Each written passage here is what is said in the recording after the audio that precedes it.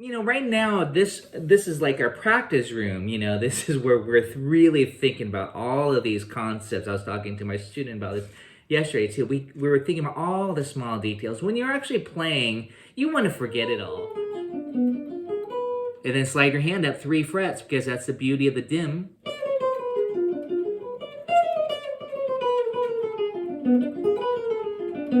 And that's all over E7. But in my mind, I'm thinking D dim 7, because we were just on the 4 chord, D minor. E7. And A flat, D, A flat, D, A flat, D. Tritone, and then backwards, of course. Once you have that mapped out, then add on the minor third above that. Minor third for guitar and uke players, mandolin players, 3 frets. So you have this.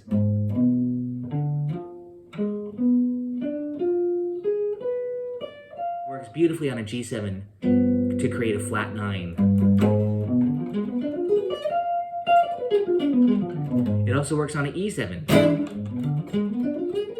It works on 4 different dominant chords. That's just the beauty of the diminished 7. Or review that with me here. You see a dominant 7th chord. You think off the 3rd, 5th, flat 7, and then the flat 9. And just remember that the flat 9 is a half step above the root. So if you see G7, you think A flat. You just go immediately half step above. This is another quick trick. So if you play G7 chord, you just go up a half step immediately. That's a great way to learn it, and then run your dim 7 arpeggio. In this case, I'm going to do it in a minor key, C minor, 2, 5, C minor. See, it doesn't, the resolution is up to you. So in this case, I want to go 2, tritone, C minor, 2, tritone, and that's where I could do this lick, C minor, 2, then tritone. So again, I'm kind of force feeding that tritone sub concept in where I did a D minor 7. Hey everybody, welcome to Gypsy Jazz Boot Camp, minor key soloing, class number 3. Let's get started. This. I usually don't do 2-hour workshops, so it gives us more of an opportunity to talk and also try out these ideas. We're just reviewing theory, a little shop talk here of tritone substitution and diminished 7 substitution. But first of all, the tritone substitution is the tritone 3 whole tones away. You can substitute another dominant chord. The tritone means 3 whole tones. So the chromatic scale is 6 whole tones. So if you take the chromatic scale in half, that's your tritone. So on the guitar, a tritone from G, this is an example here, from G is C sharp. And so, I mean, you can visualize it. But of course, I think it's important just to be able to be quick at figuring out what the tritone is. This is just spelling. So if I said, what's the tritone of A? What I recommend is jumping to your 5th and say E, and then flat it, and then say E flat. So you could think of tritone substitution as a flat 5 substitution, but also you can think of it as a flat 5 dominant chord. So like a G7 flat 5 is really kind of that tritone substitution flavor. It's like a D flat 7 chord. So if you had a D flat 7, and put a G in the bass, then it's basically a G7 with a flat 5. So tritone substitution again, and I could go over the whiteboard if you guys want me to, but basically the summary is this. A tritone away, and that's why I wanted to make sure you know where the tritone is. If I said F, you would go to the 5th, C, and then flat it. And you would say C flat. Most people will just say B. So you'd say B7. So again, try to be able to quickly find that tritone, know where it's at on your instrument respectively. And again, it's just a flat 5. And then from there, the substitution concept is you can substitute another dominant chord. a tritone away. And they're still going to contain the same third and the flat 7, and that's what's important.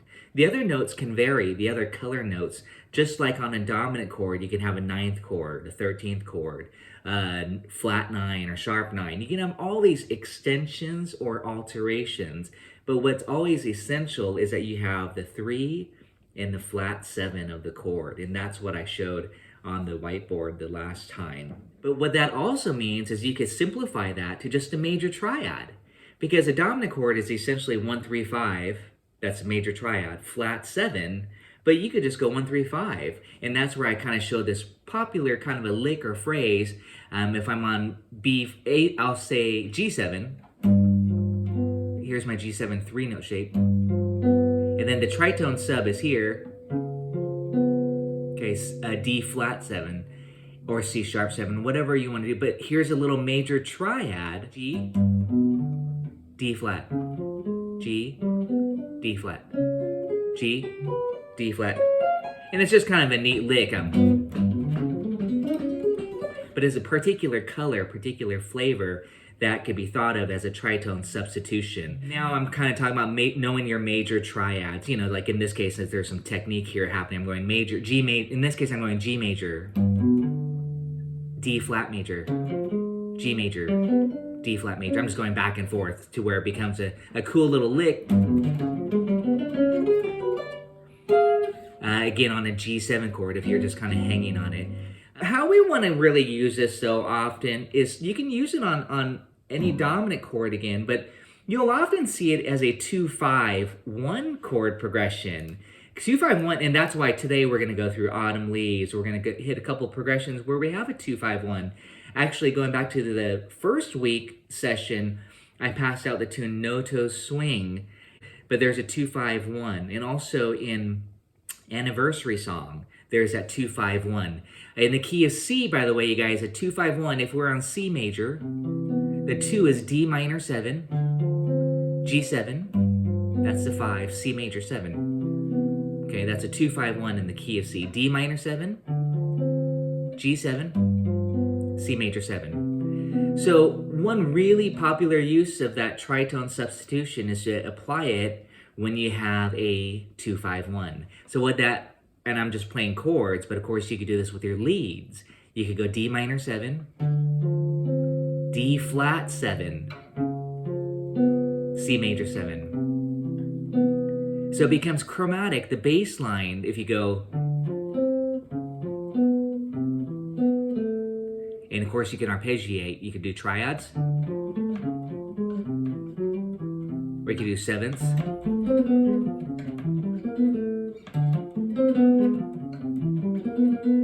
And there, I mean, that's a little bit more, you know, your typical jazz sound versus necessarily gypsy jazz. But these days, especially, gypsy jazz is very influenced by Wes Montgomery, George Benson. So gypsy jazz has gone very contemporary.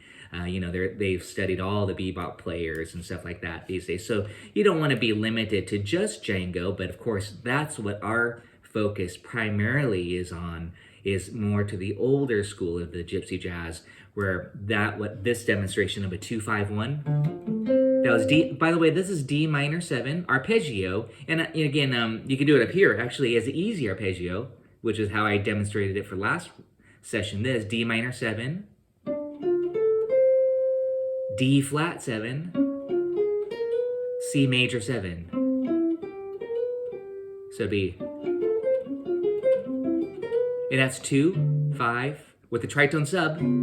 1. But of course, if the rhythm section, maybe the rhythm section is not playing the tritone sub, but they're just doing D minor 7, G7, C major 7, you can still superimpose that tritone away arpeggio. And it works, it sounds cool, it sounds hip, because you get those color tones, primarily the flat 5. Tritone substitution in a nutshell, what I do really recommend is that train yourself, you know, I always say it's chord spelling. And in this case, it's kind of just like a quiz. If I said E7, you say B flat 7. If I say G7, you say D flat 7. Again, you're quickly visualizing where that tritone is on your instrument. So again, I said B flat 7, and then tritone is E7. You know what I mean? So C7, play your C, and then tritone, F sharp.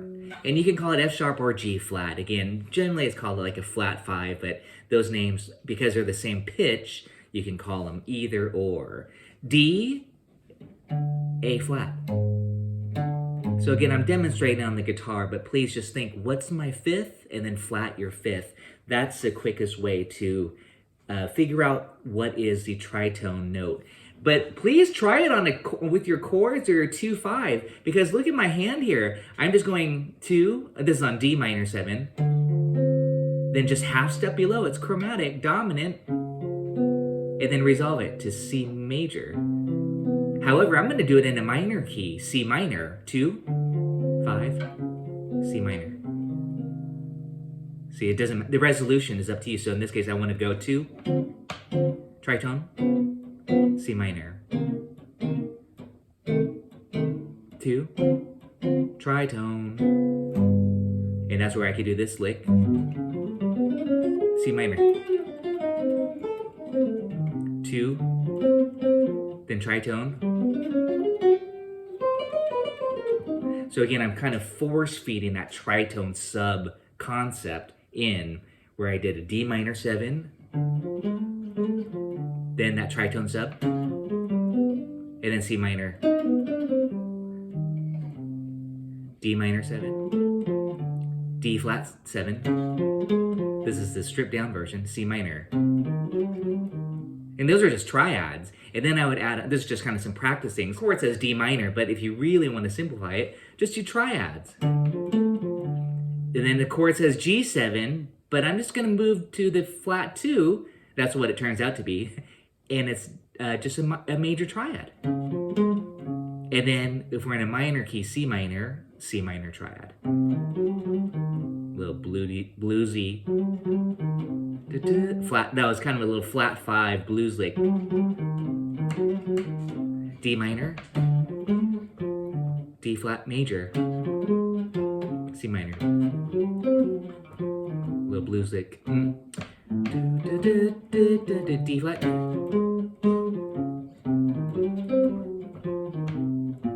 D minor 7, D flat 7, C minor,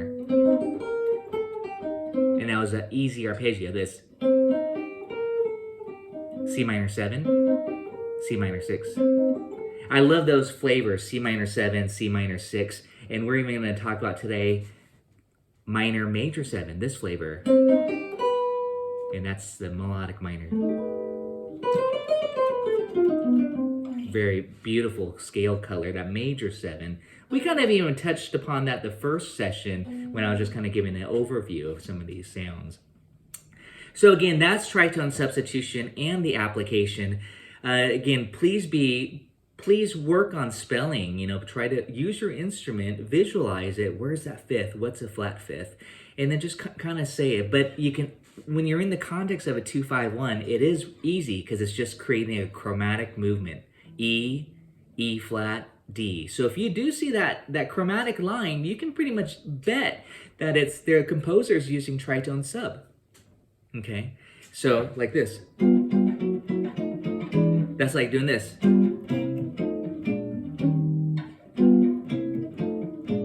That would be the real progression, but when you do this, that's just tritone substitution. You just, instead of going around the circle, the dominant, backwards, in fourths, you're just going chromatically. That's what it turns out. Yeah, so you could just move your hand chromatically. Here's key of C, here's a 2, here's a 3. So it'd be 3, 6, 2, 5, 1. The tritone sub again creates more of a flat 5 flavor, and then the 9 can vary. But when you're doing the diminished substitution, that creates that darker flat 9 flavor. So like a C7, here's C7 flat 9. Here's my, by the way, I hope you know what I'm gonna do. Here's C7. Here's my 8. I'm gonna go up a half step to create a flat 9. And that's really dark in gypsy jazz. We want that flat 9. And then what that ends up creating is this.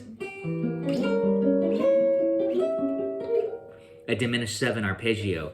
Just by extending the chord above the octave to the flat 9, You then have root 3, 5, flat 7, flat 9, but you omit the root, which again can be played by the bass or the rhythm guitar.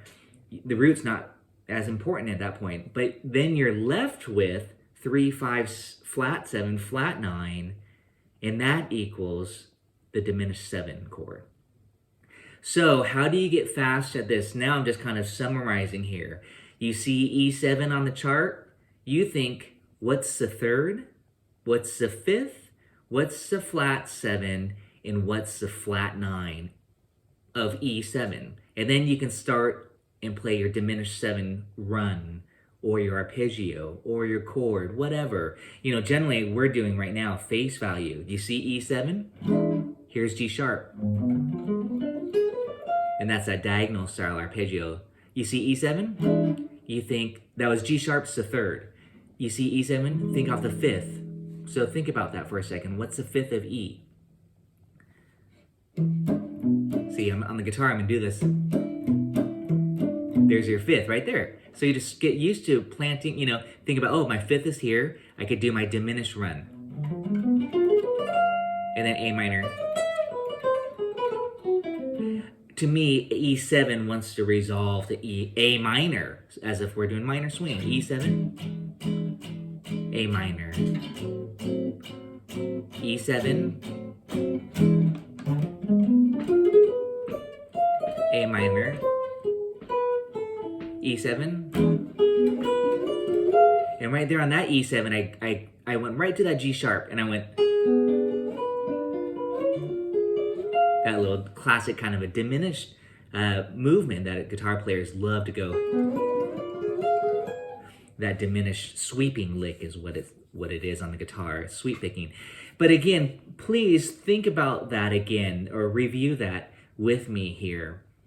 You see a dominant 7th chord, you think off the 3rd, 5th, flat 7, and then the flat 9. And just remember that the flat 9 is a half step above the root. So if you see G7, you think A flat. You just go immediately half step above. This is another quick trick. So if you play G7 chord, you just go up a half step immediately. That's a great way to learn it, and then run your dim 7 arpeggio. In this case. And again, on your instrument respectively, you know, use the range of it. Here's, everybody play G with me. On the ukulele, it's an open string, of course, if you have low G. And then don't, like, pretend the chord is G7. But, so in this case, we're going to start on G, but then immediately go up a half step to the flat 9. And then here's the dim 7 arpeggio, which I want to go through with you anyways. You want to go every 3 frets. I mean, you can stay on the same string, but check out how beautiful it is on the, okay, I'll say it specifically, on the guitar or uke, is that you do this. You go root, flat 5, root, flat 5, root, flat 5. That's kind of the shell, I always say. You have these 2 shells, root and the flat 5th of the dim 7 arpeggio, and then you add on a minor 3rd above each one of those notes of the shell. Then you don't have to think about it. As long as you have this mapped out. So this is what I always say is the preliminary exercise to mastering these diagonal arpeggios. You can see I'm kind of entering another topic here, but here's and I'm just using one finger. And do you have to think about the letter names? I'm actually not at this point. You know, A flat, D, A flat, D. But that's what it turns out to be, A flat, D, A flat, D, A flat, D. And then go backwards. That's kind of, again, the skeleton of it. A flat, D, A flat, D, A flat, D. Tritone, and then backwards, of course. Once you have that mapped out, then add on the minor 3rd above that. Minor 3rd for guitar and uke players, mandolin players, 3 frets. So you have this.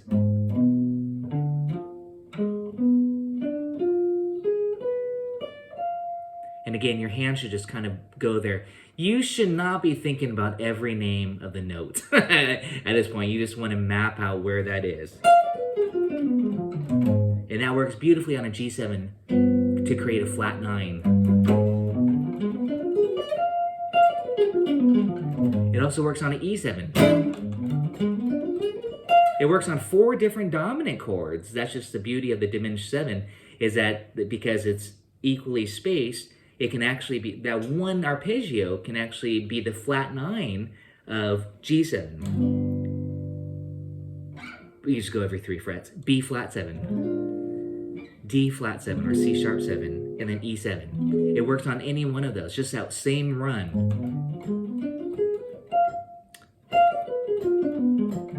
And then I practice, you'll see on my etudes that I passed out, you'll see stuff like this.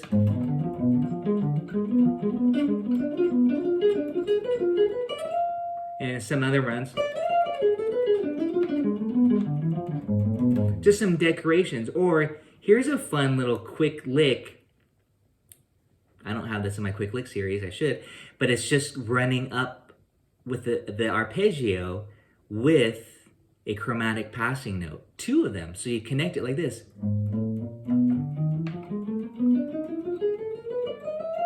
And that's kind of a fun little exercise. 4 notes.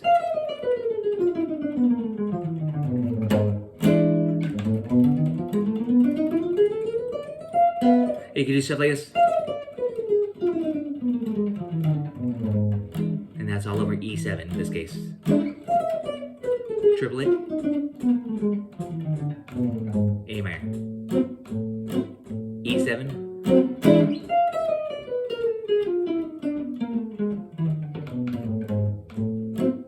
So excellent. And again, that's just a little kind of a lick. For us, we could just play the root and then quickly go up a half step and then run your diminished 7 arpeggio. That's one of the quickest methods. That way you don't have to necessarily think, what's the 3rd of the chord? What's the 5th of the chord? What's the flat 7? Not that it's that difficult, but again, if you want the quickest trick, the quickest route is just, I always say go up a half step. You see E, you go up F. You see D, you go up to E flat, a half step above. But, what's important is that you could do it on your instrument. So again, what I encourage you to do is to strike a D7 chord. And then play the D, go up half step, and then run your dim 7 arpeggio. And then F7, go up a half step, and run your dim 7. And now I'm demonstrating by going diagonal, if you want to check out my diagonal method. Django used that quite a bit, and so that has become a big part of my studies for gypsy jazz, for guitar players especially, this diagonal method of going up all 6 strings pretty fast. The whole method of now I'm talking about the diagonal series, for playing a dim 7 arpeggio, the diagonal series the diagonal method is just the preliminary method is just to do this: root, flat 5, root, flat 5, root, flat 5. And then this is a dim 7 arpeggio, and then you add on the minor 3rd.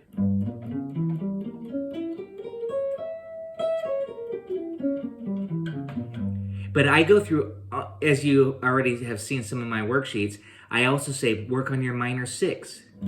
That's 1, flat 3, 5, 6, 1, flat 3, 5, 6. And this ties into some of these diagonal arpeggio methods.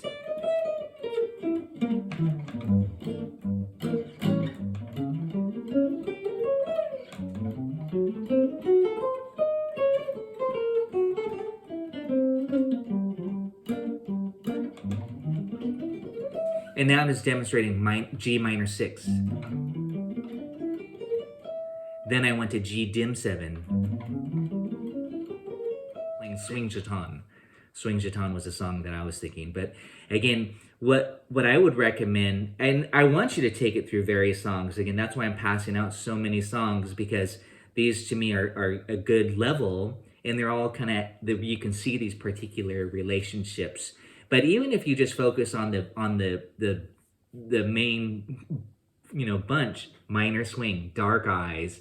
I like Swing Chaton in there, but minor swing, dark eyes, bossa dorado. We'll get to that next week.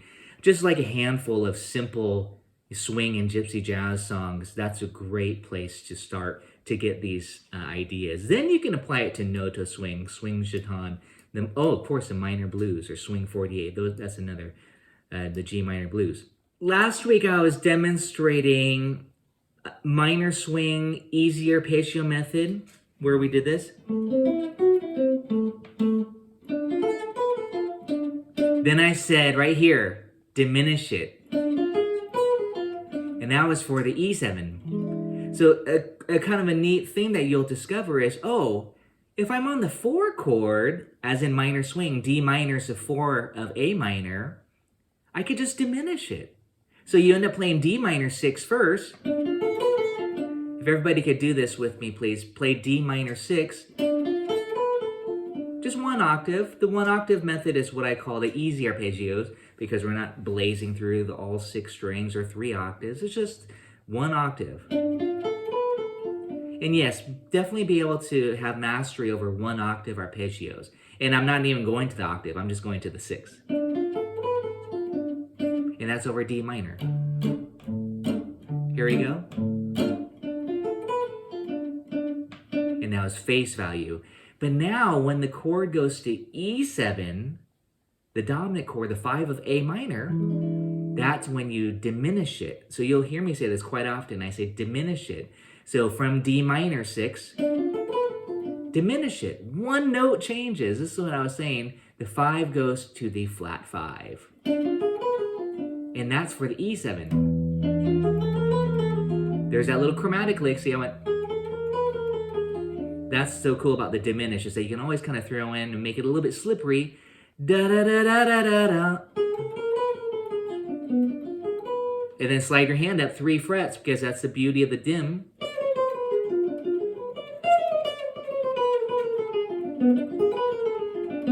And that's all over E7. But in my mind, I'm thinking D dim 7, because we were just on the 4 chord, D minor. E7. And then I resolved it to A minor by doing a little classic. Just a half step neighbor tone, lower neighbor. D minor. E7, D dim. A minor.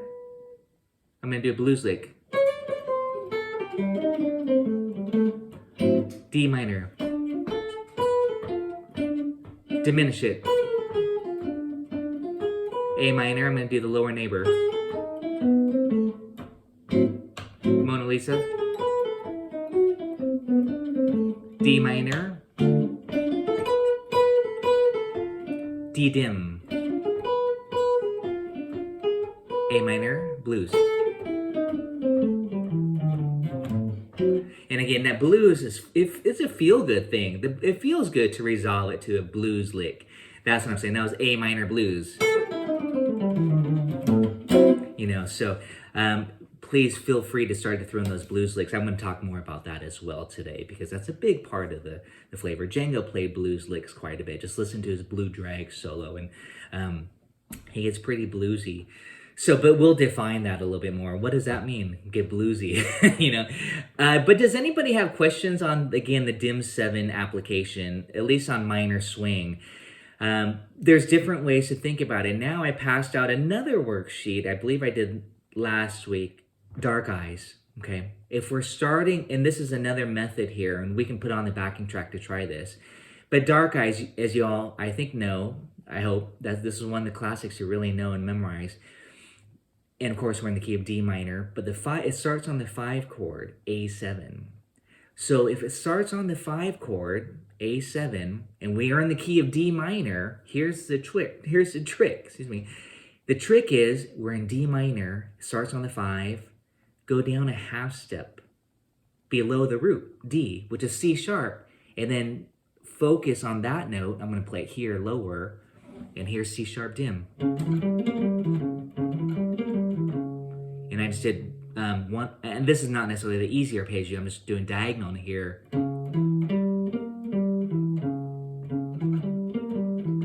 And then when it goes to D minor, D minor 6.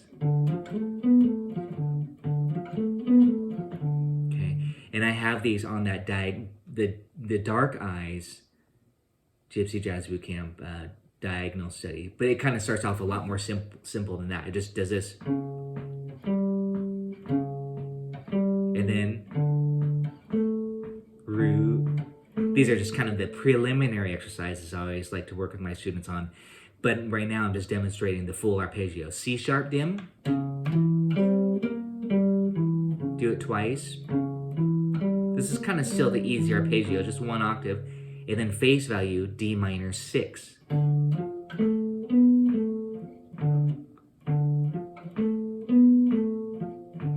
So again, to me, a nice way to think about it is just to go a half step below the root, which is D minor is the root, the 1, and then the 5 is right here, C sharp. And that's a nice way to visualize.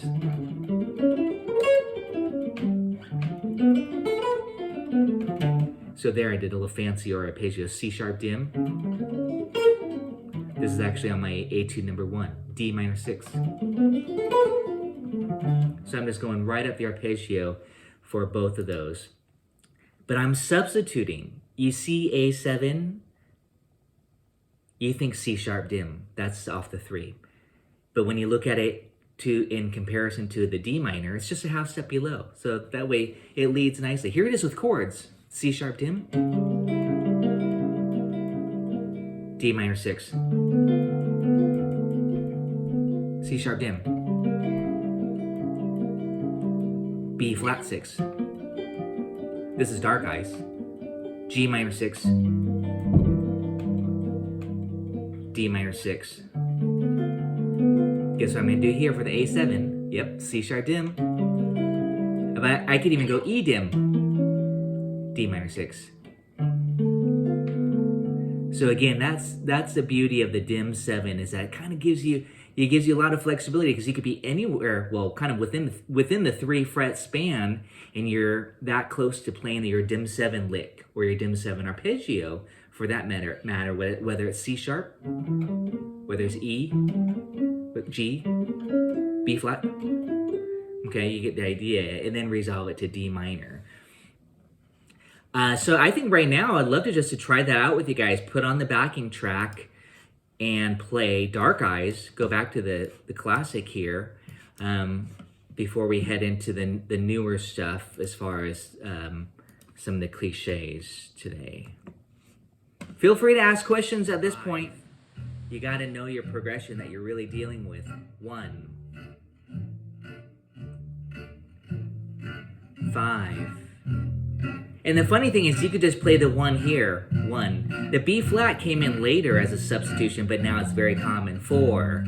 So again, I'm talking in terms of numbers of the progression. Back to the 1. It's basically just a 1, 4, 5 progression type of a thing. 5, feel that tension the 5 creates, resolve 1. So here's the preliminary. If you guys could just mute yourself, that'd be great. So C sharp, C sharp, D minor. I'm doing the root 5th method. C sharp. I'm still gonna just do D minor here, even though it says B flat.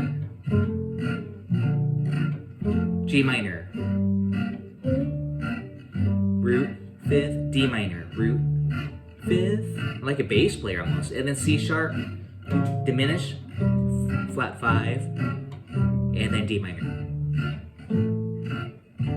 Now I'm gonna add the arpeggio. D minor, 6, C sharp dim. For the B flat, I'm going to D minor, G minor, does minor 6, D minor, does minor 6, I said just D minor, A7 is C sharp dim, and back to D minor. That's the substitution. Let me do this. I'm sorry. Let me do that screen share thing with you guys too, so that you can see what I'm looking at. Because I think this is important when you're using backing tracks, to either use iReal Pro where you can see it go by, it highlights it, or just to use these backing tracks here, or use my sound slice when I have that available to play along with me as well. And yeah, this is all notated on that dark eyes. You probably have it from last week's session. The concepts are the same, and that's the thing I'm trying to get. The concepts are the same, but for like playing wise, I'm kind of separating the easy arpeggio method from the diagonal method, which the diagonal method is kind of geared toward going through the fretboard across, like ideally through a few octaves. Again, I won't worry about demonstrating that right now, but so see where we're at, G minor 6 to D minor. And by the way, let's go ahead and, since you're gonna see B flat, let's play B flat 6, okay? That's a major chord, B flat 6. Okay, ready? Here we go to the top. C sharp dim. I'm gonna yell it out. Ready, resolve, D minor 6. Okay, so that's step 1, C sharp dim, D minor 6. If you're doing the easy arpeggio method, you would go to C sharp dim up here, D minor 6. Sounds exactly the same, just an octave higher, but it's kind of a fingering issue. So that's to me the difference, is this diagonal method of playing D minor 6. So again, for me, by saying the diagonal method, it's kind of a very guitaristic approach, because it's how we're visualizing these arpeggios. But if you want to stick to the easy arpeggio method, that's great. Please master. And so either will work, okay? But that's the first step, C sharp dim,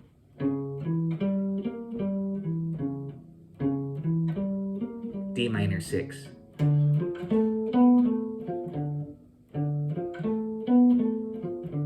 Back to the C sharp dim for the A7 coming up right here.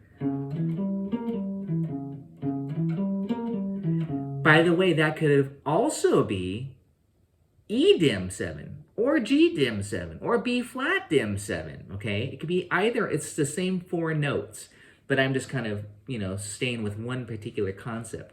And then on the B flat here, play B flat 6. And if you don't know B flat 6, here it is with me. 1, 3, 5, 6. Sounds like a little rockabilly.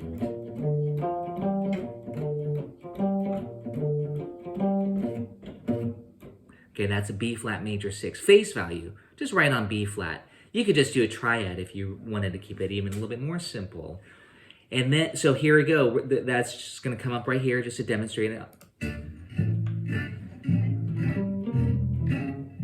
B flat 6. G minor 6. D minor 6. C sharp dim. See right there on that A7. And resolve, D minor. Easy arpeggios.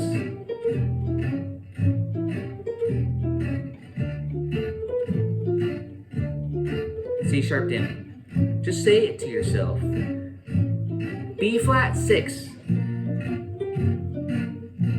G minor 6.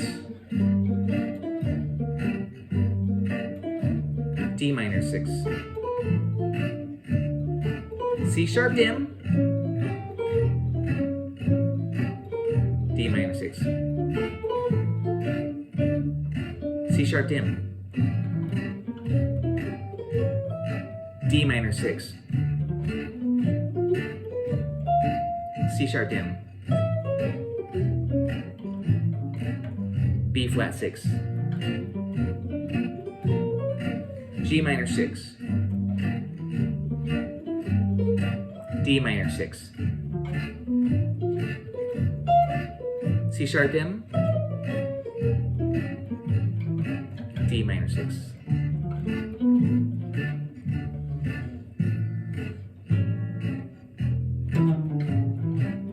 D minor 6.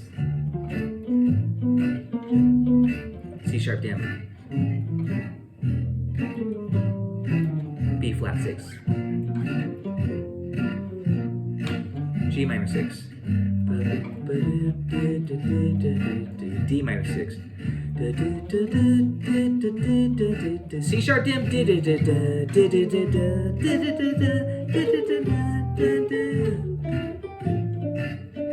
C sharp dim.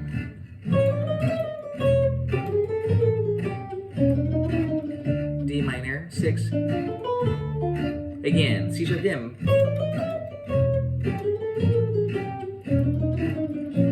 B flat 6.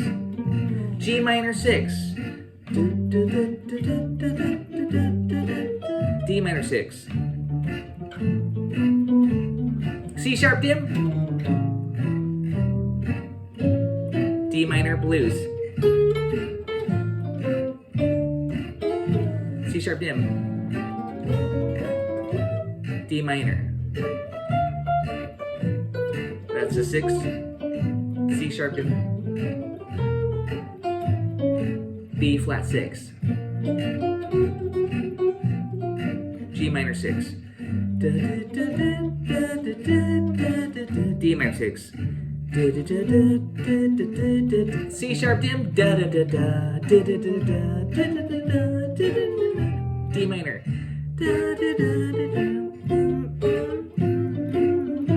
Diminish. D minor.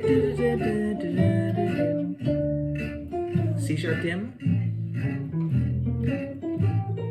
B flat major. I'm going to do just a triad. G minor 6. D minor 6. C sharp dim. D minor blues.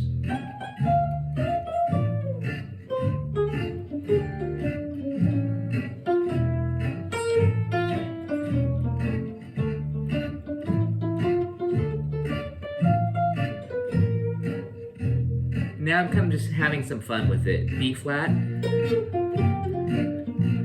G minor 6, D minor, C sharp dim,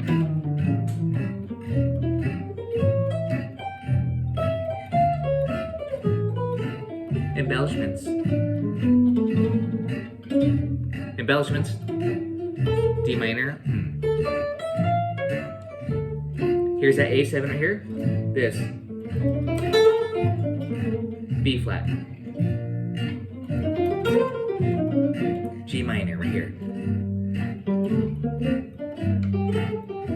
D minor. C sharp dim. D minor blues.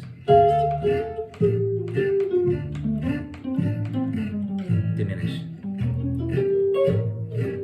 D minor. And again, now I'm just starting to mix and match these concepts we've been talking about, the triads, the embellishments, along with the easy arpeggios and the dim sub. I didn't do any tritone sub, but I'll throw it in right here. D minor 6, right here, A7, D minor, blues, tritone sub, blues, embellishments, tritone sub,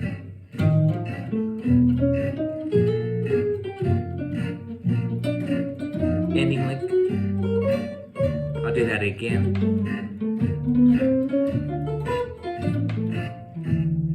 And tritone sub lick.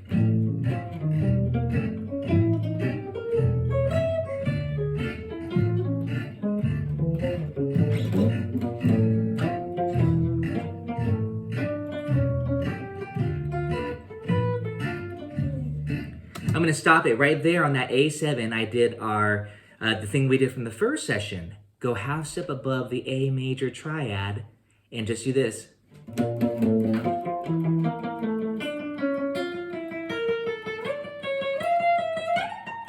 So again, to me, what's important that you want to take note of is like, ooh, I really got to know my A major triad everywhere. Visualize it, and then you can do that half step above neighbor, which creates that epic flavor. This.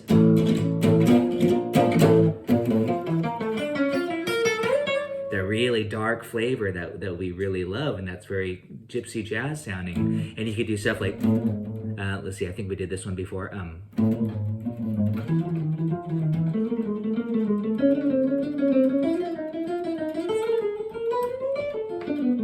Or just maybe simpler. Oh, I see. So I'm just doing that chromatic above and chromatic below any of those notes on the A7 chord. Specifically A major triad. This. Half step above, half step below. And that's that a la Django lick, I call it. This.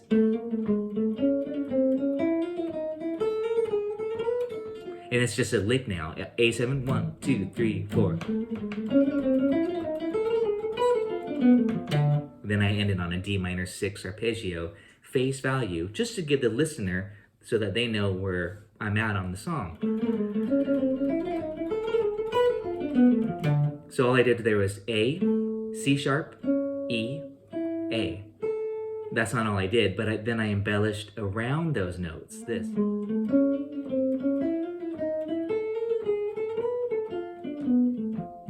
As a 2-bar phrase. A little slower, D minor. I'll do it with you guys. Here we go.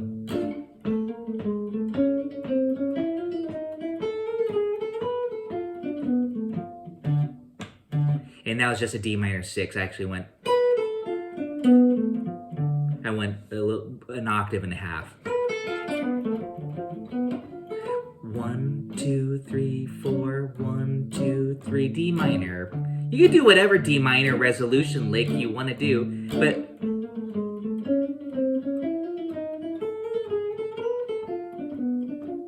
something simple like that. Again.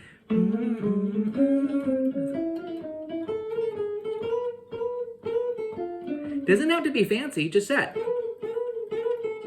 Just that little 1 octave. But hang on that 6. Really embrace that 6th degree. Don't be afraid of the 6, the natural 6. And also last week we talked about adding chromatic. 5, sharp 5, 6. This.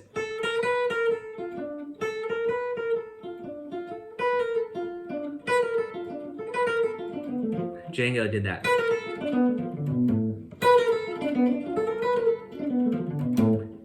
But again, do you have to play all 6 strings? Absolutely not. You could just keep it very simple.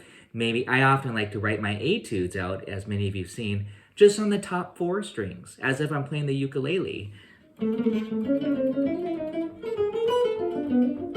And that's a lot of music, you know. I just want to say also, these are all written on the diagonal arpeggio worksheet, where it shows the 2 6 arpeggios, major 6 and minor 6, and then the 7th arpeggios, major 7, dominant 7, minor 7, minor 7, flat 5. It goes through all of them in the dim 7. What's important is that you know your formula. So what I kind of demonstrated when I said the rockabilly thing, 1, 3, 5, 6, and here's B flat, by the way. I'm going to show it here, B flat, and then the 3 is here. It's kind of a big stretch to do this, so you can just do this.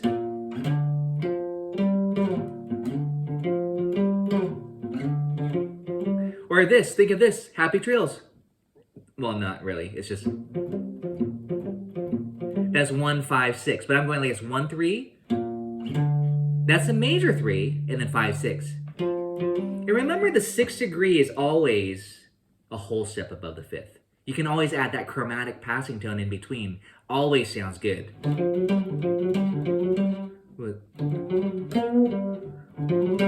Sounds like a little Aerosmith there. But check out this lick. That's like a Duke Ellington tune. Things ain't what they used to be.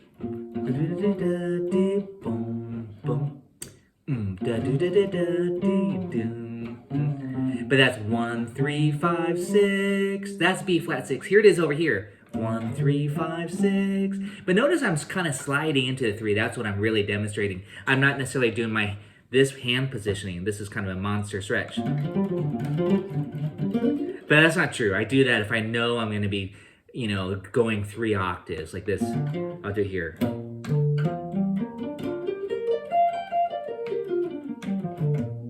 And that way it's the same fingering all the way through. 1, 3, 5, 6. 1, 3, 5, 6.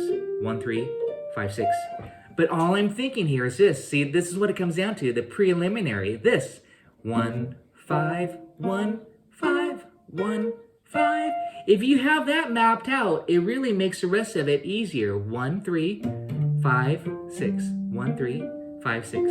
1, 3, 5, 6. Minor 6 is this.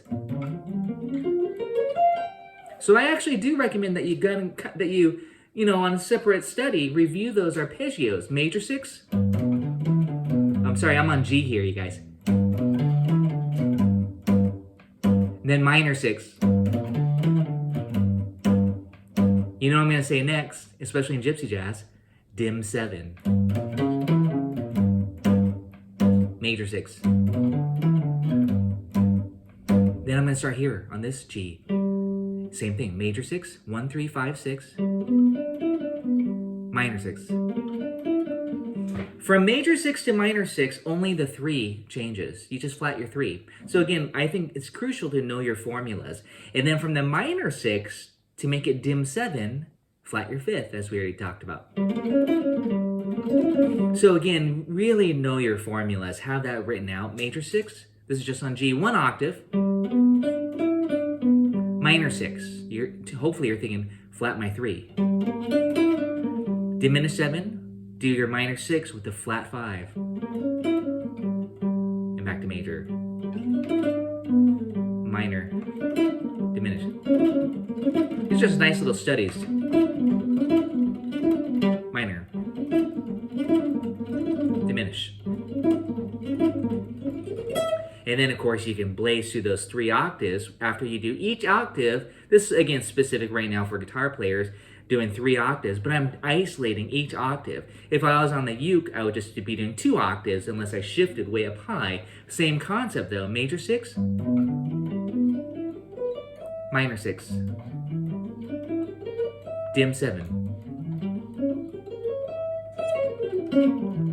And then we want to put them into songs. You're going to see a lot of my etudes where I kind of do that. You might see G major 6, then minor 6, and then D7. I'll go half step below and do the diminished 7 substitution for the dominant chord. Because rarely, I shouldn't say, well, not that rare, but yeah, kind of. Rarely do you see a diminished 7 chord in a song. What you'll always see in every song is a dominant 7. So whenever you see a dominant 7, gypsy jazzers love to, Django started it really, love to substitute a dim 7 arpeggio. So you just got to know where do I start that dim 7. That's what's important, is that you really kind of see that. So what I'm really especially saying today is, if you know what key you're in, if you're in the key of G minor, go down a half step and start your dim 7. That's your 5 chord. That's how easy it is. Okay, so just remember that. If you're on G minor, here's D7. Go down a half step from G, and then resolve it to G minor. So that's a kind of a 1-5 thing. I do recommend practicing 1-5 quite a bit, 5-1 or whatever. Kind of like Dark Eyes, just going, I'm in G minor, you guys. D7, G minor. A little bit slower, sorry. Here we go. D7. But you're thinking F sharp dim. And then on the resolve, G minor, G minor. 5, 1. C minor. And I went to C minor 6. Kind of like we're playing the minor blues. Back to G minor 6. D7 or A flat 7 tritone sub. This is like, again, minor blues or swing 48. F sharp dim. And then G minor. I have one other trick to share on it's got kind of, again, a song specific, but because we know that these gypsy jazz songs are so much around the 1, 4, 5, like a folk song, you know, like pop rock even. The thing is to know this little formula, this little trick. I'm going to talk about it, even though I wrote it out already on minor swing. I'm going to talk about it on G minor. So, you know, say we're in the key of G minor. You have the 1 chord, G minor, 6. C minor 6 is your 4. And I'm going to do it like this. D7's your 5. So when you do your G minor 6 arpeggio, and I'm going to go up an octave here. Don't be afraid of these 4th strings. You guys, I know guitar players often like to start on their 6th string all the time, but don't be afraid to start on the 4th string. It's going to look the same with this diagonal method. But I'm starting right here with you. That's G minor 6. Okay, again, if you please get this down. 1 flat, and I'm not thinking about every note. I'm not thinking G, B flat, D, E. That's too much thinking. I'm thinking formula. 1 flat 3, 5, 6. You know, getting that sound in my head. And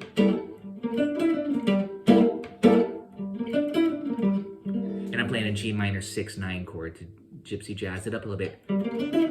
But here's our little trick here that we're going to do to make it C minor 6, okay?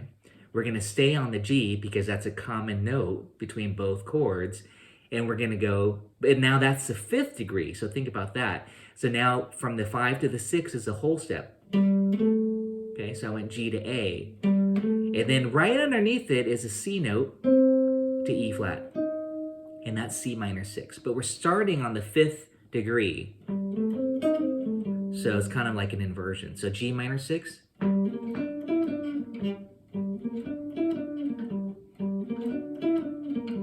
C minor 6. G minor 6. Hopefully you hear the dominant chord coming up, D7. Go down a half step, F sharp. Diminished 7.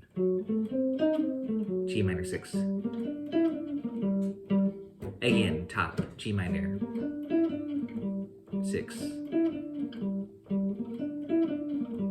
C minor 6. G minor 6.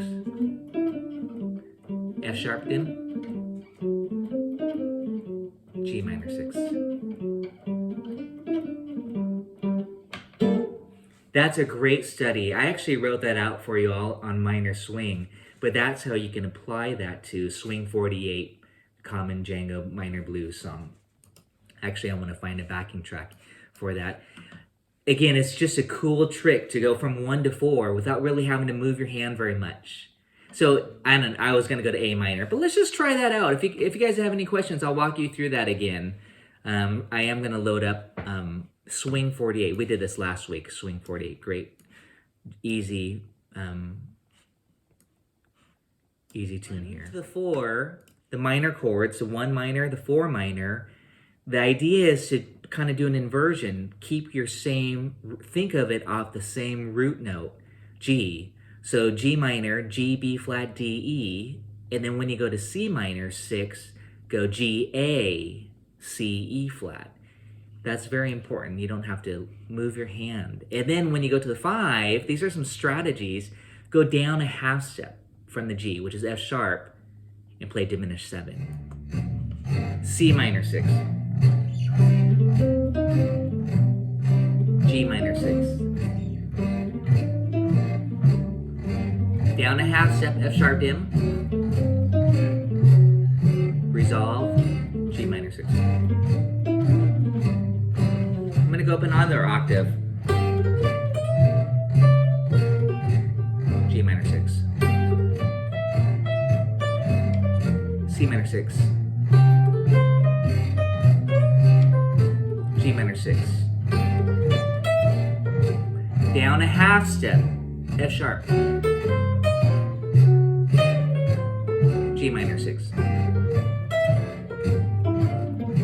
G minor 6. Do do do do.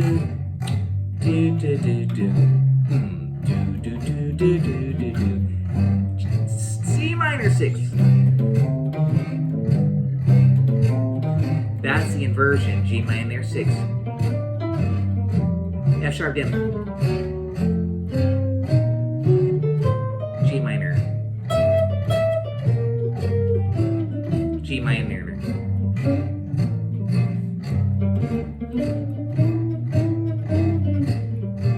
and here's that C minor 6. Stay on G. Back to G minor. F sharp down. Dim. G minor. Stay in one octave.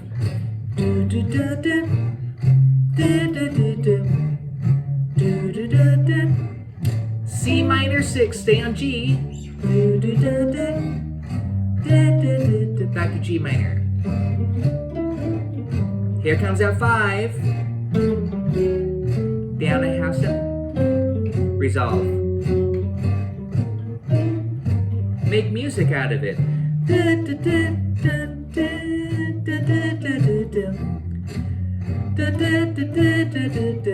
C minor 6.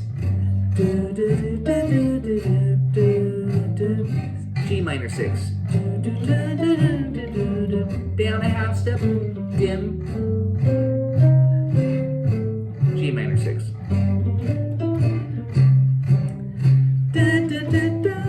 G minor 6. C minor 6 coming up down here.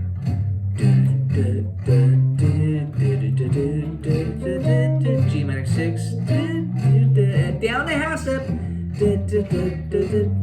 Diminished. G minor 6.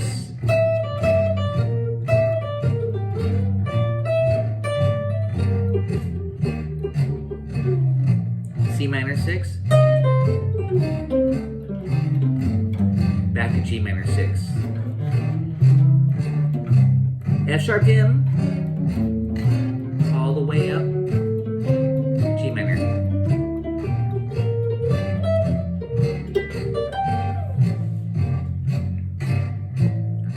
The diagonal method, the substitution. I wasn't really using the tritone sub. This is all about right now the diminished substitution, which is the most popular sound.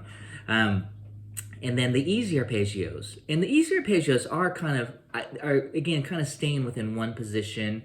The diagonal arpeggios in general are a little bit more to show off your your virtuosity, like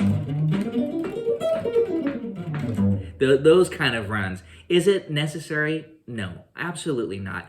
What's really important is that you target, that you get the targeting down, that you do these G minor, C minor 6, G minor 6, F sharp dim, G minor 6, G minor,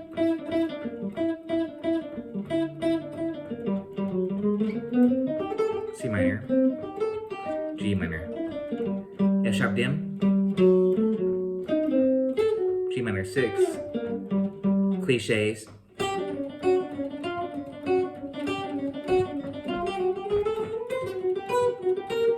That's today's topic, another new topic. Throwing in some of those fun little cliches. It don't mean a thing if it ain't got that swing. This.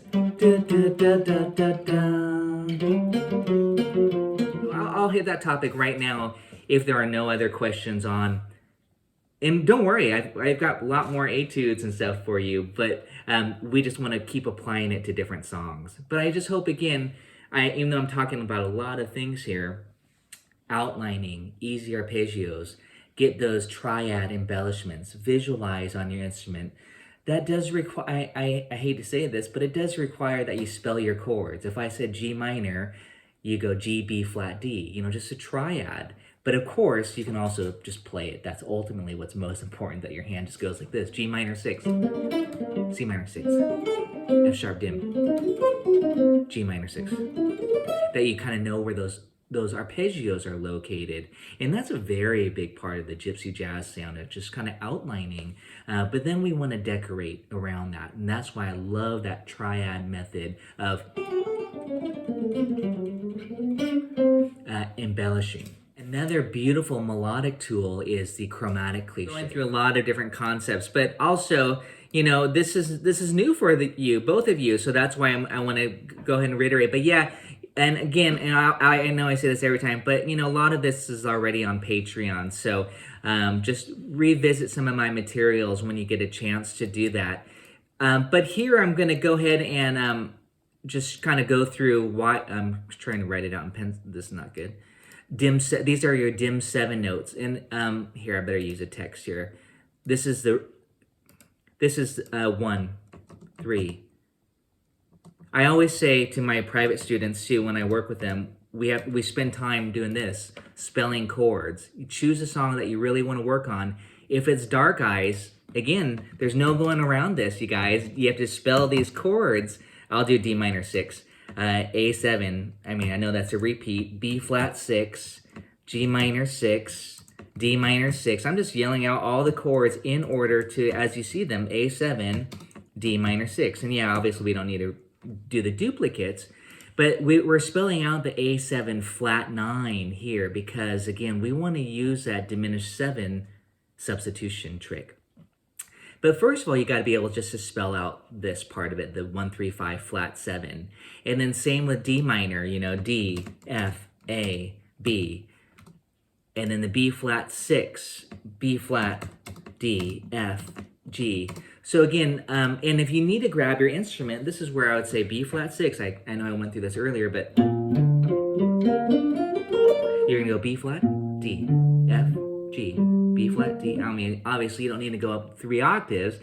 G minor 6, G, B flat, D, and the 6 is always a whole step above the 5th.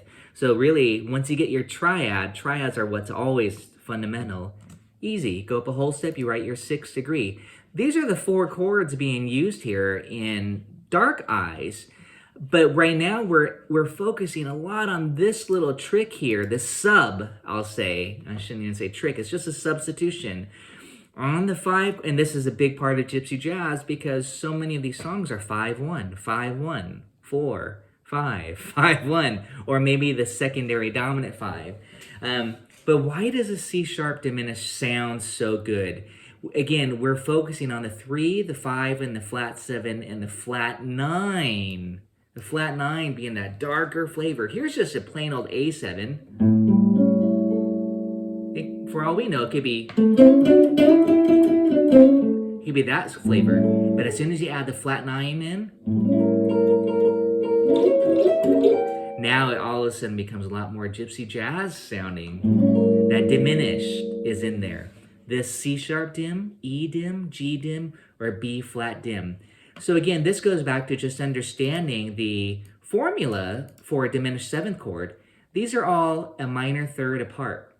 If we were just to isolate C sharp to E to G to B flat, then back to C sharp, of course, because that's how it completes the cycle. If we went from C sharp, find your C sharp, and go up 3 frets, aka minor 3rd, 3 half steps, you're on E. Now go up 3 frets.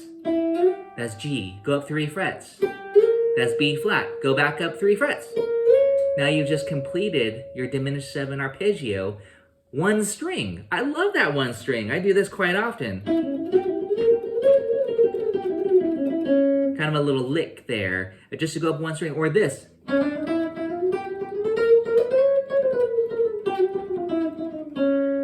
I added that chromatic filler in between, but here's an A note. Listen to it with A in the bass.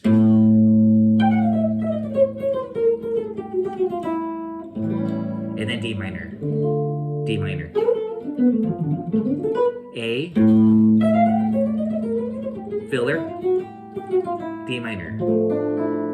So again, that's the beauty of that A7 flat 9 with the diminished substitution trick. You know, we're just really kind of exploiting that flavor. I'm saying every time you have A7 in Dark Eyes, especially in a minor key, play the diminished 7 arpeggio off of any of these 4 notes. But as you can see, it becomes a super nice trick to think C sharp dim 7, resolve, D minor 6. And that's the foundation for at least the beginning part of my etude number 1. Oh, I'm sorry. C sharp. Oh, that's got messy really fast. C sharp dim 7 there. I can't pull that out. I don't know how to do that. But C sharp dim 7. D minor 6. Okay, and that's your 5-1 sound. And the dim 7, again, choose your favorite diminished lick. You might do this. D minor. You might do a D blues lick. Or whatever, you might have a favorite D minor blues lick. C sharp dim. D blues. C sharp dim. D minor blues. And again, now I'm just kind of bluesing it up a little bit on my D minor, meaning I was not worrying about doing an arpeggio, but more just like a lick, a bluesy flavor that, again, brings it on home. And that's kind of what I've been wanting to talk the remainder of the lesson about, is the cliches and some blues licks, especially on summertime or sunny or some other, or autumn leaves for that matter. So I hope that, again, clarifies the diminished substitution trick, diminished substitution rule. I keep calling it a trick, but it kind of is a trick. However, I'm going to say this again, don't overlook spelling your chords. If I say E7, you say G sharp dim. I just went straight to the 3, but you say G sharp B D F. The spelling the chords part's important because that's how you'll know where to start your lick, your phrase. You know, of course, what's important is that you grab your instrument, you go D7. That means you can play F sharp dim, D7, A dim, D7, C dim, D. I'm just demonstrating the 4 dim 7 arpeggios off the 3, off the 5, off the flat 7, or off the flat 9. You know, again, that's how I'm kind of thinking of it, is where are they located to the chord that I'm on at the moment. Other guitar player, they're all playing the roots pretty strongly in their chords, but now you're thinking off the 3, 5, flat 7, flat 9, not the root anymore. Absolutely, and when I say here, I'm going to play E7 chord on the guitar, big cowboy E7 for y'all. Willie Nelson style. I'm going to go up a half step. I went E7, but immediately I went to the F, and then I ran my dim 7 arpeggio. A minor, F dim,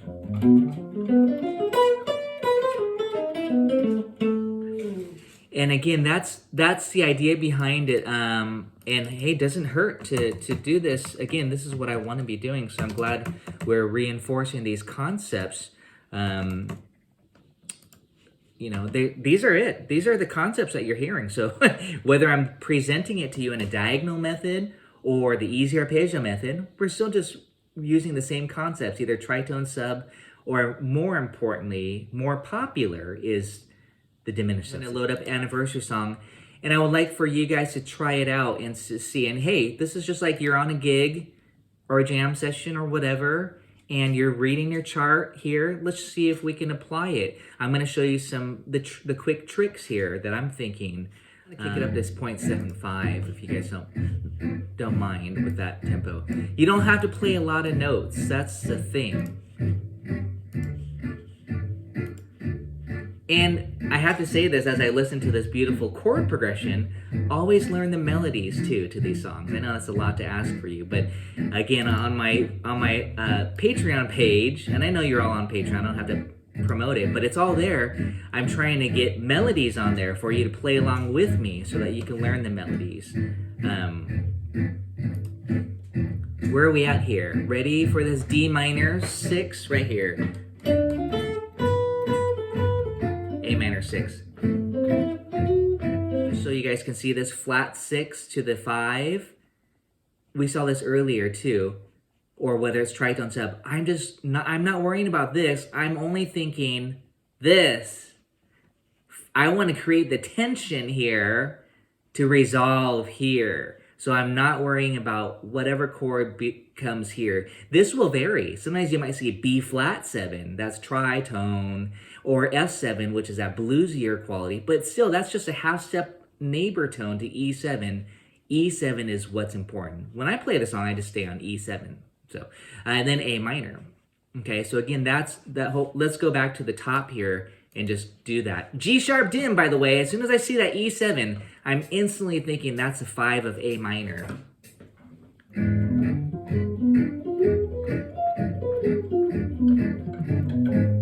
A minor 6.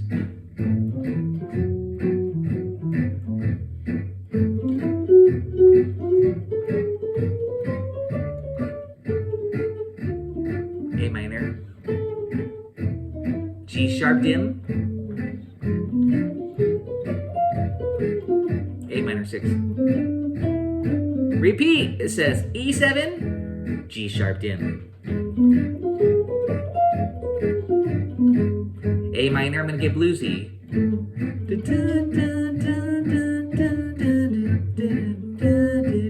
D minor 6. That's the easy arpeggio. A minor 6. G sharp dim.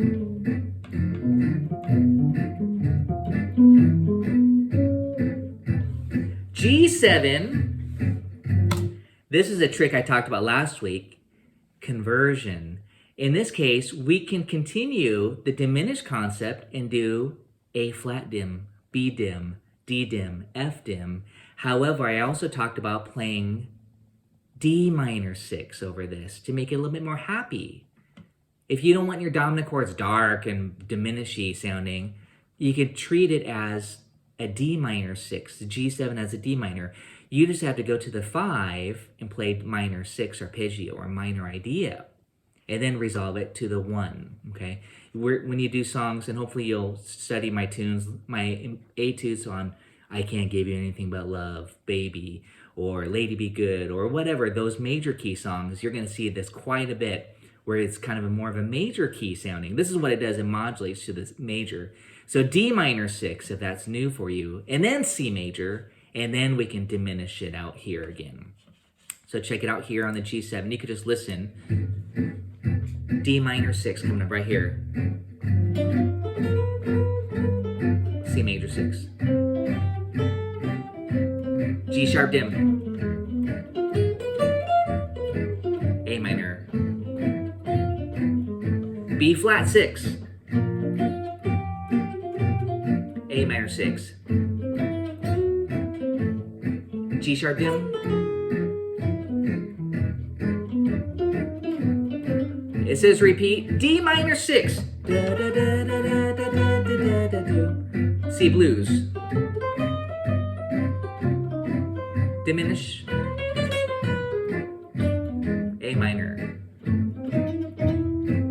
B flat 6. A minor 6. That's just easy arpeggios. G sharp dim.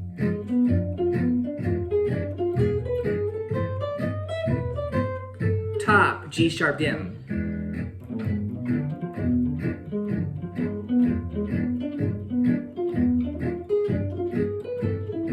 A minor. Our little ending lick, 1. Minor 6 arpeggio, A minor, 6. Diminished.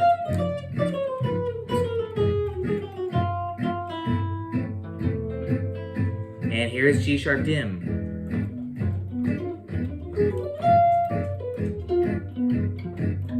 A minor blues.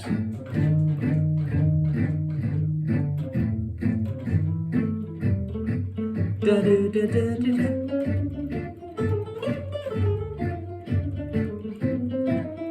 Lower neighbor. Diminish.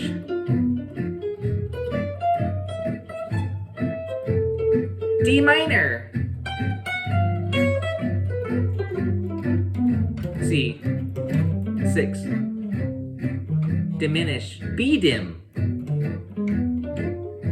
A minor. Blues. B flat 6. A minor. G sharp dim. It's gonna repeat, so get ready. D minor 6. Da, da, da, da, da, da, da, da, da, C major. G sharp. That's dim, A minor 6. That's the cliche I want to talk about. B flat 6. A minor. And finally, diminished. And melody. Do, do, do. Do, do, do. Do, do, do, do. That's cliche.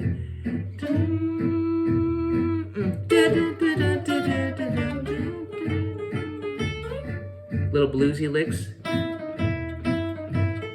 Diminish. And minor. And it says repeat. Lots of fun. I'm hoping these ideas are clicking. I know there's a lot of ideas now, but that's what makes it fun, is that there are a lot of ideas and you had to kind of just maybe limit it and say it to yourself. D minor 6, face value. It's nice to use these backing tracks so you can see it go by, or iReal Pro, same thing. And there I'm just thinking E7. Okay, for that B section, you see G7, I recommend D minor. C major. Diminished. A minor 6. B flat 6. These are just some exercise. A minor.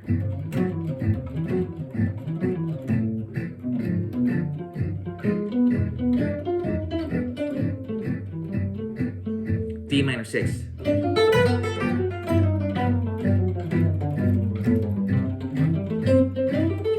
Diminish it. B. A minor. B flat 6. A minor. We're almost done. E dim. And A minor. G sharp dim. So again, you gotta say it to yourself. Just get familiar with hearing. A lot of students say, yeah, they hear my voice now when I say G sharp dim, A minor. I mean, that's why on my exercise and videos I yell it out. It doesn't hurt to reinforce it. D minor 6, that's just face value. A minor 6. And then here, you already know what I'm gonna say. G sharp dim. G sharp dim still. A minor 6. And repeat, etc. You know, so I'm gonna get off the screen share here so we can go ahead and move on. But I hope again that you really do just have fun practicing. I hope this makes practicing fun. So I do want to talk about these cliches here, and we can go further. That was on A minor. Like we're playing Blue Skies Smiling at Me.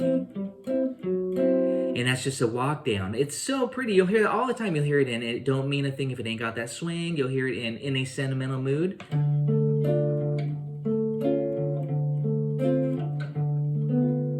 So again, it's minor triad. I'll do it on A minor. A minor with a major 7. A minor 7. A minor 6. Those are the fancy names, but really you just think A minor, and then take your root and walk it down chromatically to the 6.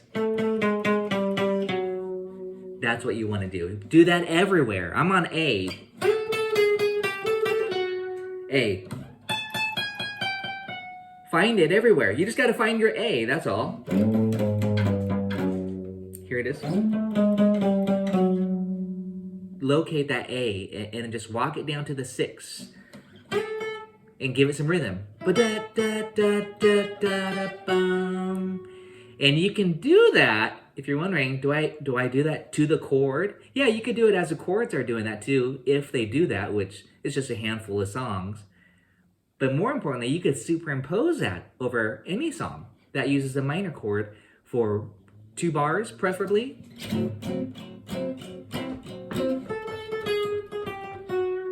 D minor. Diminish. That was over a minor swing, not that you knew that again. But on the A minor, I went...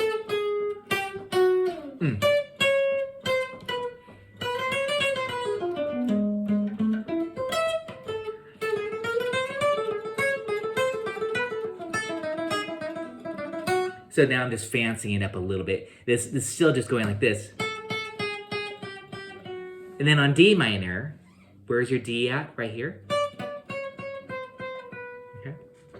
Can you guys try this with me? I know it's just kind of a little rote thing here, but just try this with me. It's a little force feeding. A. Chromatic walk down to the F sharp. Yes, it would kind of imply this. Da, da, da, da, da, da, da. And then on D minor, da, da, da, da, da, da, da. You're on a B note. Now you know what I'm going to say. On the E7 chord, diminish it. So on that B note, you'd run your dim 7 arpeggio. I added a little chromatic filler and then resolve to A minor. And it sounds so cool, so hip. It adds some chromaticism. So 1, 2, 3, 4, ba ba ba ba ba ba ba. Okay, and you add your own rhythm. You obviously didn't know I was going to do that particular rhythm. I didn't even know I was going to do it till I sang it. 1, 2, 3, 4, ba ba da da da da. D minor. Now on that B note, diminish it. So how do you do that? Just do this. That's that little easy arpeggio. I added some chromatic filler. So it's this. That's always nice. It sounds slippery, and it's kind of like that chromatic cliche, right? And it's a filler. It's a filler. It fills in the space. It adds rhythm. Da-da-da-da-da-da-da. Hear it slow. And then A minor. That's the first 8 bars of minor swing. 1, 2, 3, 4. Da da da da da da ba. D minor. Ba ba ba ba ba. Diminish it. Da da da da da da da da da da. A minor. Da da da da da da. D minor 6. Da da da da da da. A minor. Da da da da da da da da. Now you're probably wondering, can I just diminish it there? No. You have to go down a half step. Da da da da da da da. Or a G sharp. A minor. And there's just a quick little new etude here. Chromatic cliche. Stairway to Heaven cliche. Blue Skies cliche. Whatever you call it. There I did a little pedal tone. I went 5, 1, E, A, but then I kept bouncing off that note. Okay.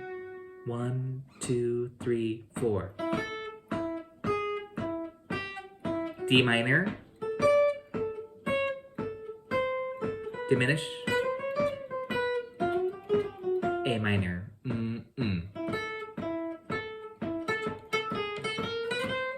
D minor. Let's notice that little lick. A minor. Down a half step here. That's where the E7 and A minor. And that's the descending chromatic cliche. From there, look at my etude for It Don't Mean a Thing If It Ain't Got That Swing. It's kind of a fancy, it has this lick. And that's the same idea. I just want to share with you that it's just adding more notes. It's just more decorations. This. That's kind of the I'm on A minor still, by the way, you guys. That's a little motif. And then chromatic cliche. And then yes, for a minor swing, I would just move it. So I went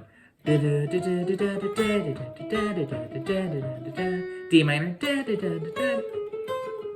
diminish lick.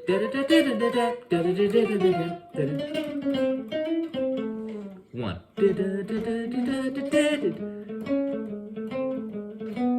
So again, that's just one way I like to kind of fancy that up. You'll hear a lot of gypsy jazzers do this.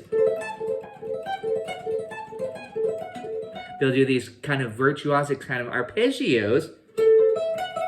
By the way, here's it. Let me show you that lick. We're just on A minor, but again, you'll see this in my It Don't Mean a Thing A2. Check it out. Here's A minor 6. I'll do that with me, please. You can do it down here if you want. I'm doing it way up here if you have a cutaway. But that's the 6th degree. So here's a cool trick. From the 6, go up to the 7. It's a flat 7. Major 7. And then the octave. So the idea is to go up to the octave. B. 7. Flat 7. 6. So that's an arpeggio. As you can still see, we're still doing this. But we're adding some stuff underneath it. You might start off simply, but just by doing this. And then you might add in. And then you might add in. See what I mean? You just keep adding more notes to it to make it busier. But as long as you still get that cliche, that's what's important, that chromatic cliche. This, 3, 4. And if you're wondering, that's on an A minor 6 chord. That's just this in the background.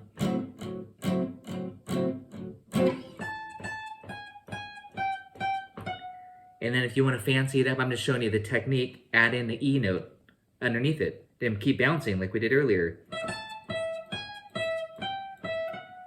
And then add in the C note. So we're getting the A minor triad, essentially. And then add in the A. So you have the triad.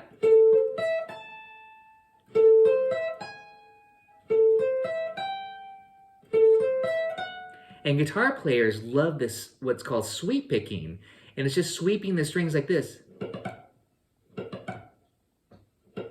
You just rake the string across, so you don't have to pick each note. You just sweep it. And then to get 4 notes, you got to do an upstroke. So it's down, down, down, up, da da da dum. And then it becomes this. D minor. So again, it's the technique is this. Da da da da da da. It's a picking thing. It actually is easier to do faster. It's harder to get it slow. Do, do, do. And you don't want to pick each note. You just want to let the pick drag. Let the weight and the momentum of the pick. But it's harder to do slow. It's easier just to do this. Well, I think it is. That's the technique behind it. Of course, you have to have synchronized your left hand. Again, you'll hear these guys. Jimmy Rosenberg's one of them, who really blazed, a lot of the gypsy jazz, who blazed through those licks. And it's very similar to doing this. Taking a chord and sliding around. It's the same technique. Where you're picking and then hitting that. Or you could start on up.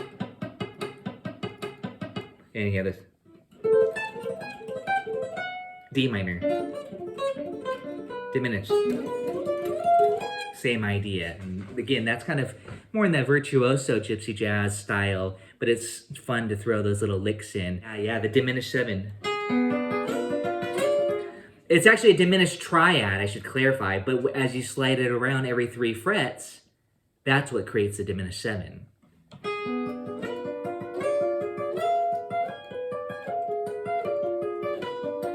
That's what creates the diminished 7.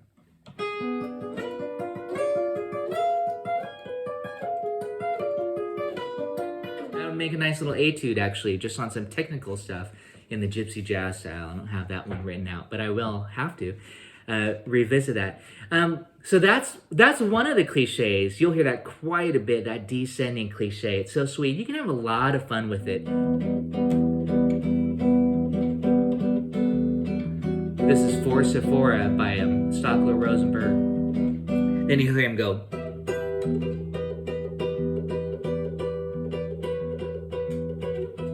That's that cliche. Again, you'll hear it with chords. You'll hear it in leads. You know, whatever. And again, the chart might just say E minor, but you could throw this in. That's what I'm saying. Go beyond the chart. That's what I'm always saying is the chart's just saying E minor, but that doesn't give you very much. You can color it up however you want by throwing in cliches like that descending cliche. And then the other cliche that this is also demonstrated on my worksheets I pass out to you is the James Bond cliche. This. That's, I call that now the roving fifth, but I'm just probably going to refer to it as the 007 cliche. So you hear me do licks like this.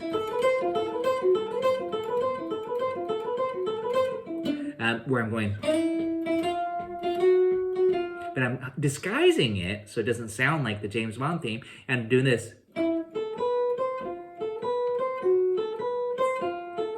But just some movement around there, just so it doesn't sound like, you know, so even as simply just.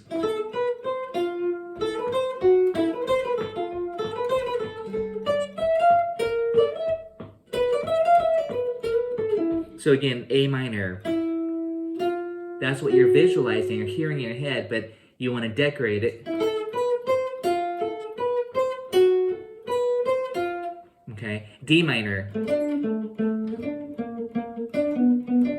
And find that, so now the requirement, find your fifth. You got to know where that fifth is.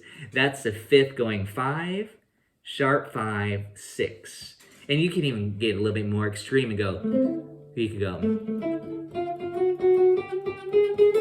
you know, like kind of that lick essentially, if you really want to create some chromatic movement. So I passed out an etude that says minor swing with cliches. That has it on there in a nice simple etude. I just passed it out today. Check it out. That gives you a little demonstration, but force feed it in. That's the term you'll hear me use quite often in my workshops is, hey, let's force feed this ending lick in. This one, force.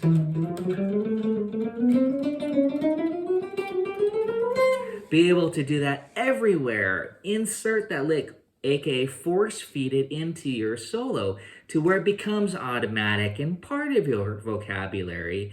You know, just be able to have that control. It might be this lick. That ending lick that Django liked to do a lot on the minor key. It might be whatever lick. It might be a chromatic, or it might be the Mona Lisa. It could be a blues lick that you're going to force feed in every time. In this case, the chromatic cliche. I know we're kind of running out of time here, so at this point, as I'm loading this up, if you have any questions, please feel free. Even though we're not even really playing the tunes, at least you have them as kind of, I'm referencing them quite a bit, and you can always go back and work on those, learn the melodies, and practice them, because to me, they're all kind of related. Next time, I do want to hit more scale. I want to hit some scales. I want to hit blues scale, pentatonics, melodic minor, harmonic minor. That's it. That's the bulk of it. No Phrygian or anything like that. We don't need to talk too much about that. But that involves some of the modes. I guess we'll do, let's do swing 48. That's what we were doing last, I think. From the top, cliche.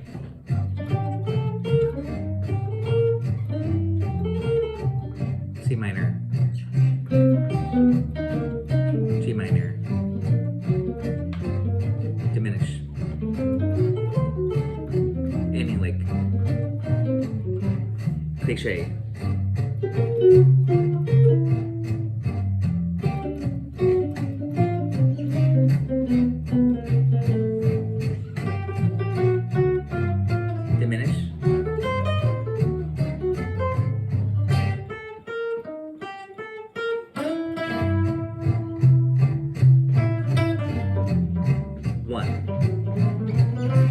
Cliche, cliche, diminished. Find your G, chromatic. Again. C, G. Down a half step, diminish. G minor blues. James Bond cliche. C minor. C minor. Diminish. Here's this.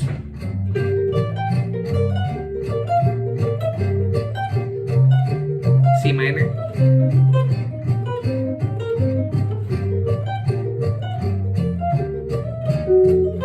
Diminished. Chromatic.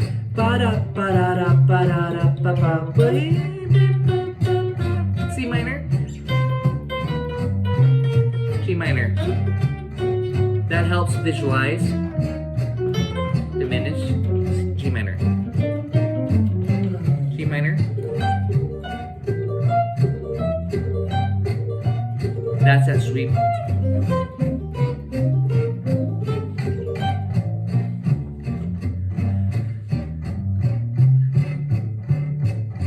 Chromatic cliche.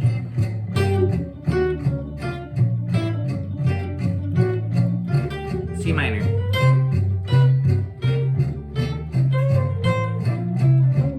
Diminished.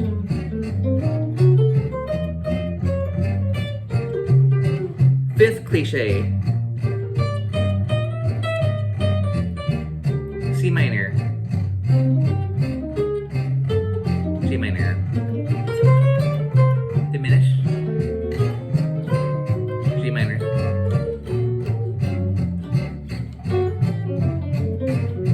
Lot of fun, just again experimenting with these different concepts. There I busted into the triad embellishment. This. So, you know, right now this is like our practice room. You know, this is where we're really thinking about all of these concepts. I was talking to my student about this yesterday too. We were thinking about all the small details. When you're actually playing, you want to forget it all. I mean, sure, it's easy to say that, and hopefully again go on intuition and have these ideas worked out in your fingerings too, so you don't have to stress about it. But that's, again, this is my boot camp. This is my studies here where I'm saying, okay, first of all, if you go back to week 1, 3 weeks ago, we were just doing stuff like this again. If you just give me one more minute, just a quick demo. Just a little bit faster. This is just a quick demo again of what we've been doing here, because I feel like it's nice to, there's a lot of stuff. G minor, just targeting D, G.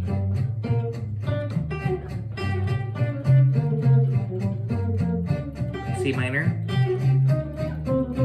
G minor, E, D, G minor. They're cliches. Now I'm not going in chronological order.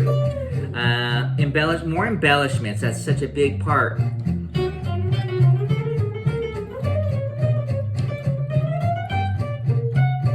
Cliches.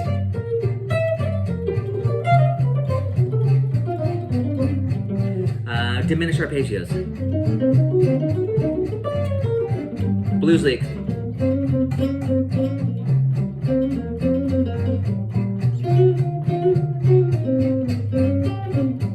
Diminish. I'm just throwing in these licks. Cliche. C minor. Etc. So again, you know, I'm kind of reviewing in my head, and it doesn't hurt to make a little list of these concepts that we're doing. Sorry, I'm still on screen share here. It doesn't hurt to again review what you are enjoying, what you want to work on. Maybe you are like, hey, I really just want to focus on these triad embellishments and not worry about diagonal arpeggios. Again, that's kind of more technical. Easy arpeggios, and then just kind of when you're practicing these songs, these various tunes, these progressions essentially, then to force feed it in, really work it in. Next week, we're going to end this particular November special session with some scales. And as you can see, the scales are not the focus. We're not running up and down scales, and I kind of don't enjoy that anymore. Early on, I kind of did that, but now I kind of avoid running up and down scales as much. You'll see that a little bit in my It Don't Mean a Thing etude, which I'm going to put out for you all on Patreon, but it's like a little bit more scales. But again, it scales because I don't hear it as much in melodies as much I kind of feel like it's kind of sounds exercisey, you know, when you hear players. These just only scales and scale patterns. That doesn't get me as excited as much about some of these other concepts, and especially, you know, mixing and matching the simpler ideas, and not to neglect rhythm too. However, that's the vocabulary. I do want you to know that C sharp dim comes out of the D harmonic minor scale. That way you can connect the diminished with a scale and then resolve. Because, you know, you may love to run up and down scales. I don't know, but you can make a lot of music with scales. I'll say that. And I think it's important to know the alphabet, because the scale is kind of the bigger picture. The arpeggios are just extracted from the scale, okay? So that's why next week I want to make sure you know the scale and chord relationships. We're going to look at that tune, Sunny. We'll look at the tune Summertime. And then those other gypsy bossa, the Latin ones that I kind of mentioned, the materials that we would cover for that, I'm still going to pass those out.